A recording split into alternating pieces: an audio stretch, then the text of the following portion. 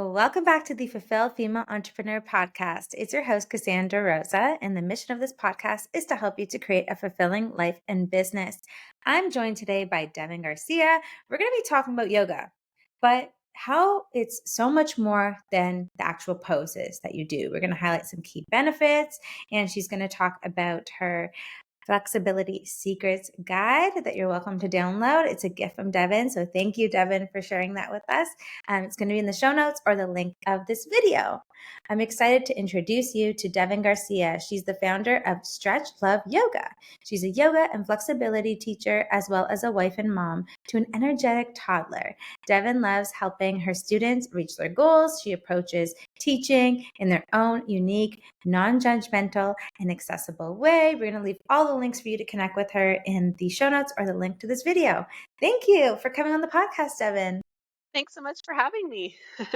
I'm so excited to chat with you today. We actually, for all the listeners, we just did an Instagram live on Devin's page. So it's interesting to shift the roles for this conversation. So Yeah, totally. awesome. So I was wondering what fulfillment means to you. So, fulfillment from my career perspective means helping people reach their goals in a non-judgmental way. So, oftentimes when you want to start a yoga practice, it's for the poses or the exercise. And there are many teachers out there who will be like, well, that's not what yoga is, and make you feel judged and give you kind of the cringe, icky factor, and that naturally puts you off. So my goal is to always be open and just teach what my students want. And if they end up getting deeper from there, that's totally their own path and no judgment from me. And when they reach their goals, it's like I'm their personal cheerleader. That's just like so heartwarming for me. I love that. I love how you're talking about this non-judgmental way, because I love to ask all my guests this question, and I've never heard that before, which I think is so beautiful. To be free of judgment of self is such a liberating feeling to experience. And I love that you're touching on this from this yoga perspective with all it is that you do, because I was talking to you earlier before we jumped on and hit record here.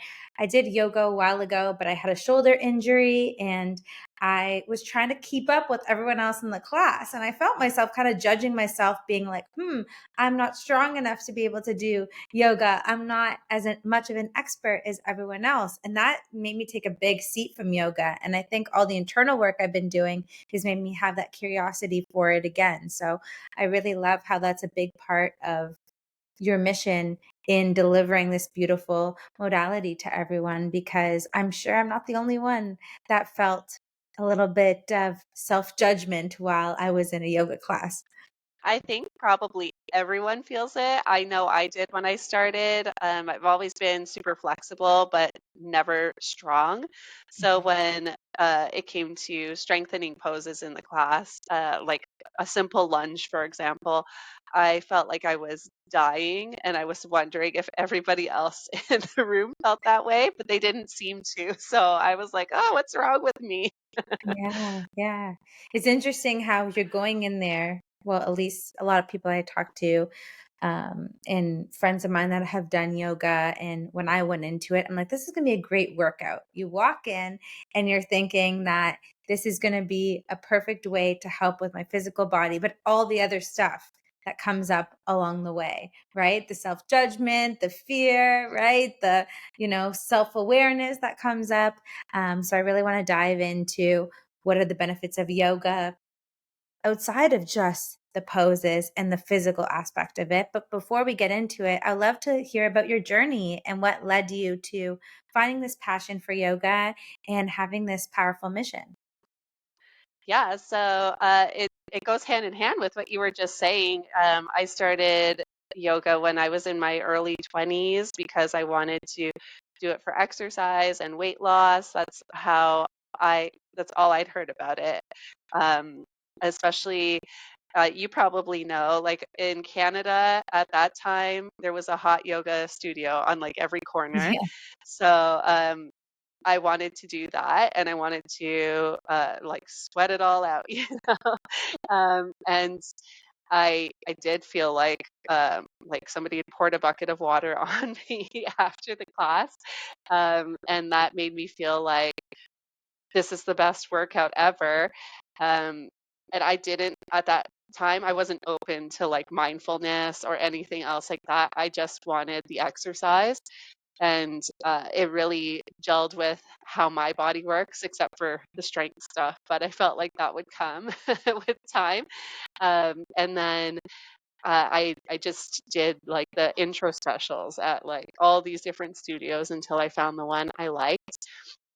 And yeah, it just naturally started to become deeper for me. It wasn't just about exercise. Eventually, I noticed that um, I had more tools in my tool chest to, for example, not have like road rage all the time when I was commuting, or if people annoyed me, it didn't set me off as much right away, stuff like that. And then I realized I didn't put two and two together at first, but I realized that, oh, the only thing that's changed in my life is yoga. So that must be where this more calming inner self is coming from.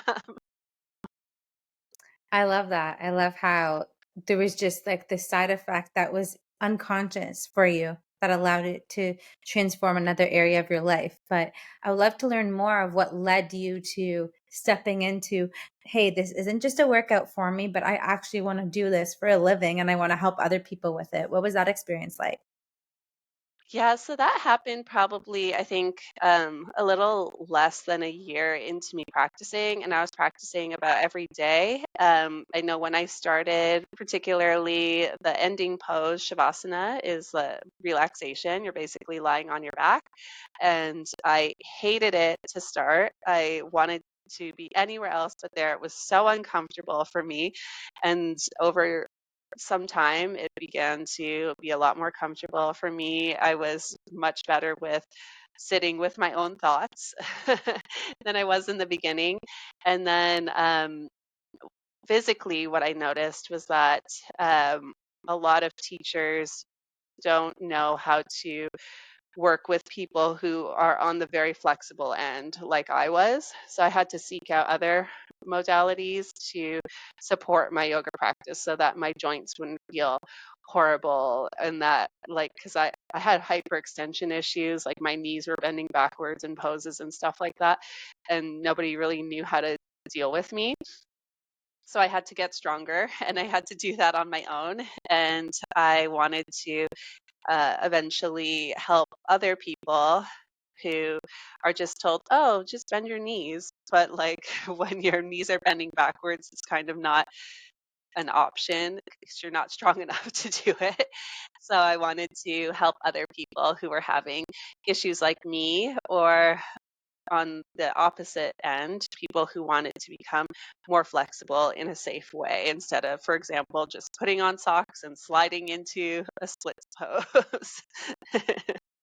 I love how you took that challenge that you were experiencing and leaned into it and seeked support, and then how that's connected to your mission. Because I think that that's a beautiful gift for a lot of people and a very powerful mindset shift. If you're going through a challenge, it's happening for you and it can be connected to your purpose and the mission and the way that you're supposed to help people, which I think is beautiful. So, do you want to talk a little bit about the flexibility piece before we get into the yoga aspect, like what it is that you help people with when it comes to the flexibility and why someone would want to focus on that? Yeah, for sure. So, as I mentioned, I'm very flexible. So, a lot of students who would come in when I was teaching in big public classes, they would come up to me and be like, "Oh my God, I want to be able to do some of those poses. Like you must be an alien," stuff like this. And so, I wanted to be able to help them reach their goals in a safe way because, as I mentioned before, it's so common for people to want to be like, oh, I want to see if I could do the splits. I'm just going to put on socks and slide into it. I can't tell you how many times somebody has told me they tried that and then hurt themselves. And then when you injure yourself, you get set back a lot. So I wanted to be able to help people reach their goals in a safe way, but also to realize that there's a lot of stuff out there that's like, oh, reach your splits in 30 days, or, splits as an example. There's a lot of different ones like that. And it's just not realistic for, I'd say, the greater majority of people. And there's no finish line. So if you get your splits once, it's like, is that the end for you? Are you just going to never do it again? Or do you want to keep finding ways to go deeper and progress your practice? So helping people to understand that there's no finish line. For me, I always say practice makes progress, not practice makes perfect, because there's always room to grow. And I just always want to allow people to know that where they are is totally fine, and they don't have to put pressure on themselves to get something in 30 days. I think that's an important message that we can apply to many aspects of life. Sometimes we just want to get to the destination. We want the quick fix and we want to rush on through to get there. So I think that's really powerful to know and to hear. And when it comes to flexibility, why is it that someone should prioritize, you know, having that as a part of their life? The reason I ask is because thinking about my own life, I've been trying to incorporate more mobility into my exercise because I went from a lifestyle as a full-time entrepreneur of first being in sales, being on my feet nonstop, to being very sedentary. So I'm curious to see your perspective on that too. I love that you asked that question, because I feel like flexibility is the thing most people, they either really want to do some kind of crazy pose, or they don't want anything to do with it at all. So it's a major factor in your overall mobility. So obviously there's the strength portion, and there's the flexibility, there's balance, there's your cardio and all sorts of things. And when we focus on just one aspect, it throws the other things out of balance. So if you, for example, if you love doing strengthening, it's your favorite thing and it makes you, like, it lights up your life, that is amazing. But if you don't ever work on your flexibility, your range of motion won't be good enough to progress in your strengthening. So a really good example was, I used to teach yoga at a CrossFit studio, and it really was not that popular because those people did not want anything to do with yoga. They just wanted to get stronger. But one of the things that they often worked on were deadlifts, and the greater majority of people, it seems like, at least in North America, have hip issues and low back issues. So having a limited range of motion in your hips and your low back is going to greatly affect your ability to do a deadlift. And then those people would always try to round their back to lift, and then they'd hurt themselves. So even though you might not love flexibility, it's important to do at least a little bit to be able to stay mobile and to do the things you do love. Yes, and I'm sure it has long-term benefits too for as we age as well, which I think is really important on the physical aspects. But like we said, when we set the intention for this episode, yoga, and I'm sure this flexibility training as well, is so much more than the physical aspects. So what are some other ways that you've seen that it's transformed your experience of your life outside of the physical? And what are some that you see for your clients as well? So I know that, like I said in the beginning, most people want to just start for the physical aspect. And I don't ever push mindfulness on people because I know that it can push people away. But I like to say, I plant the seeds, and if they sprout, that's great. And if not, that's great too. Um, and by sprouting, I would mean that they are starting to delve deeper into their mind body connection. I think that's probably the first step. So they start to recognize more how doing certain poses makes them feel, maybe emotionally or mentally, not so much like, oh, this is hard, or this hurts, or this feels good. And then when they start to find that better mind body connection, it helps them to grow their physical practice as well. And when that happens, I find that they get a little bit more curious and they want to delve a little bit deeper into meditation. Sometimes they don't really want to do meditation, but they know, oh, for example, I have to do Shavasana at the end of the class. Maybe I'll do a little bit of meditation there. And then they start to feel different benefits from that, like I felt from not having as much road rage or annoyance. And then if they put two and two together from there, they like to delve deeper, a lot of times into a deeper meditation practice or a breathing practice. And it's kind of like that rolling ball effect of, oh, I'm starting to feel good in all these different areas, even mentally. So why would I stop?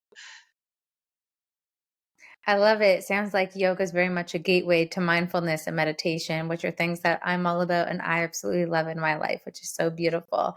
And I want to highlight something that you just said and really create an opportunity for you to go deeper about this whole concept of the mind body connection. Why is that something that people should prioritize in their lives? Oh, it's so important. So I had zero mind body connection when I started. So, like I'd mentioned earlier, like my knees were bending backwards, my elbows were bending backwards. I was doing a really deep back bend in my downward dog, and I didn't realize any of this. I thought that's just how bodies are until one of the teachers I had at a random class pulled me out of the back bend in the downward dog, and it felt like they pulled me up like at least 6 inches. And I was like, this doesn't feel like right. And they're like, your back is now straight. You're not bending into your back right now. And that kind of blew my mind that I could be doing such a deep back bend and not even know it. So I started to try to pay more attention, but that was really, really tough in the beginning. And it can still be tough now. There's certain muscles that, like, I know logically is working in a pose, but I can't feel it so much. For example, I only really understood what the feeling of my lats were like maybe 2 years ago, and I've been doing yoga for 14 years. So a lot of people don't have that connection like me in the beginning, and it can cause injury, and that is not, like I mentioned, that's not something anybody wants. And if you have goals, it sets you back. So it is really important to start cultivating that mind body connection, and starting to do it can be really tough because it's almost like creating these little neural connections that aren't there. Yeah, so I found that um, the big feelings, like if I was stretching something that was really tight one day, that would be an easy way to start connecting to my mind and my body. And then eventually, just always really paying attention was what made those connections easier for the more subtle stuff.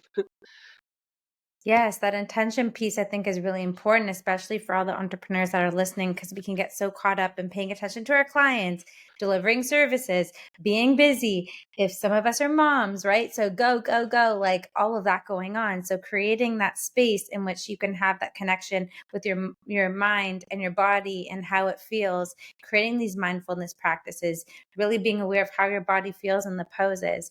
I'm sure that helps to deepen that connection within self-discovery as well. So if you were to say like the results outside of yoga, right? The key benefits of yoga outside the physical benefits, what would they be if you could highlight them? Outside of the physical benefits would definitely be, it can help. The biggest one that I found for myself was it shifted my internal voice from a negative one, which I think most people have, very judgmental of themselves, to a more positive one. And that's something that can happen spontaneously. You don't have to do a big practice to get there. But I just noticed one day, I mean, I've been practicing for a really long time. I noticed one day that instead of being really judgmental to myself, my internal voice was like, "You're doing the best you can in this moment." And I was like, "Oh, I love that." So that was the biggest one for me. Also, being able to have the tools to be less anxious, less stressed, less angry. um, for me was obviously the mindfulness, but breathing, learning how to breathe, which sounds so silly because we all breathe all day long, but in a more beneficial way. For the circumstances you're in at the time. So, if you're really annoyed, finding a nice deep breath, and you may not even be aware of it, but you might breathe primarily through your mouth instead of your nose, and doing having the difference between the two is it's a big different experience in your body. So I know sometimes if you're stuffed up, all you can do is breathe through your mouth. But if you're not stuffed up, trying the different ways really can be helpful and really help you to regulate your mood. So definitely breathing and mindfulness are like major ones that help you with mental health. And that is super important. We all know exercise can help, like with endorphins and stuff, but um, we don't always want to do it. And if that's the only reason you do it, that's a really good reason. Yes, so many beautiful benefits and so many. It's interesting the overlap with the work that I do, even though it's not yoga, how it can get the same effects and how, that this can be a beautiful catalyst and something else to add in the toolbox to amplify the effects because mental health is more important than anything nowadays, right? It all starts with us. So I absolutely love that. All of this is very deeply intertwined together. I want to ask you a question before we get into the last one, the poses, but this whole concept of judgment, right, that people can experience in yoga and the comparison. What would you recommend to someone that maybe they didn't have the best experience the first time they were on the mat and really giving themselves permission to get back on it again and try again? What would you say to someone like that? I would say to definitely try it again, especially if you are having mobility issues or flexibility issues. So yoga is something that, you do a lot of stretching. So it really is helpful. So if that's the only reason you try again, that's a really big one. And just knowing that there are so many teachers out there and so many of them are brand new and they just are following their training like a Bible, and they don't realize that there's so much more to it than what their teacher was telling them. And to just be able to check in with yourself. Not every teacher is going to be for you. You're going to know right away. I've been to like probably thousands of different classes. And right away, I know I'm not going to love this practice. This teacher is not for me. I'm feeling an ick factor. I'm just going to get through it and I'm not going to continue on with this teacher. And ones you love, you're going to feel really supported by right away. And you're going to be like, oh my God, I felt so great. I'm going to just keep coming back. So when you do find a teacher that makes you feel that way, then you're going to probably want to stick with them. And also realizing that you might not feel that way about the teacher forever. I had a teacher that I absolutely loved and the feelings changed over time because you end up learning stuff the whole time. So eventually your feelings might not align with their teaching, and that's totally okay. And that's not, um, if you still want to practice, you don't have to feel like, oh, I have to give up because my favorite teacher makes me feel gross now. There's other teachers out there for you, or if you have been practicing for a long time, it's totally fine to do it on your own as well. I love that.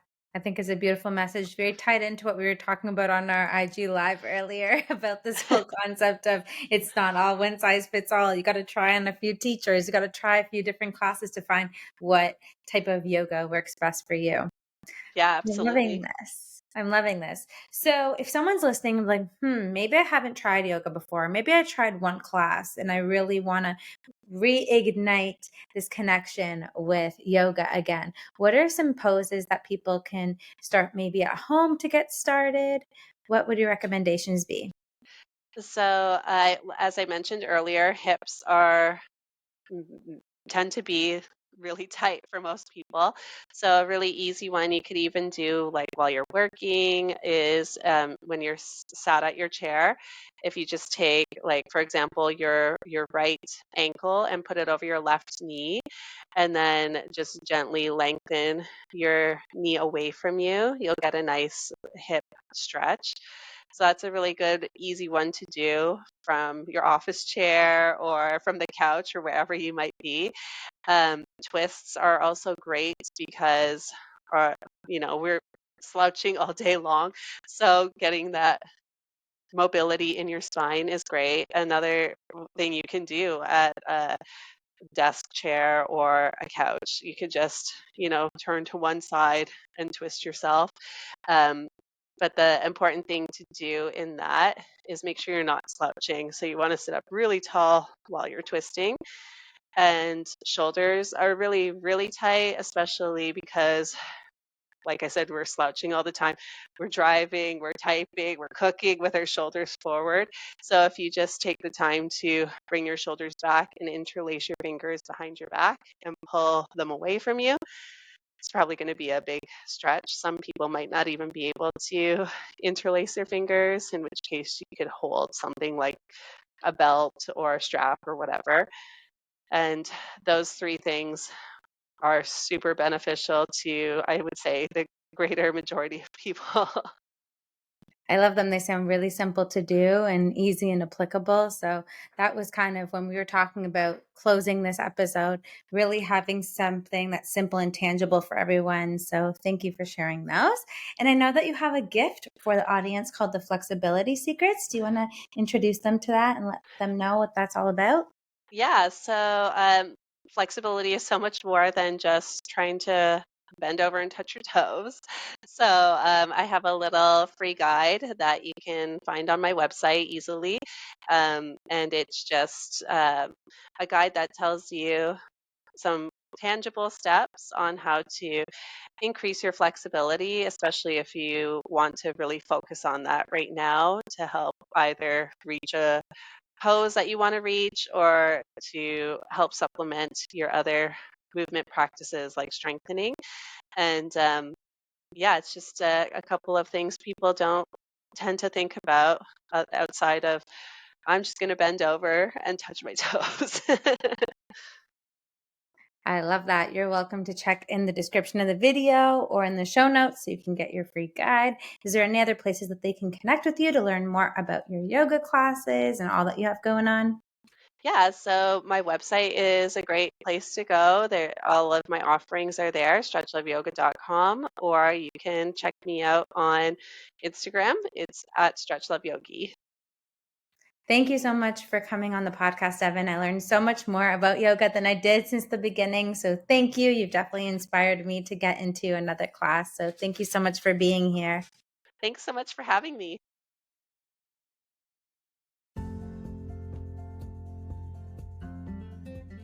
Thanks for watching the video. If you enjoyed it, please give it a big thumbs up and subscribe to the channel.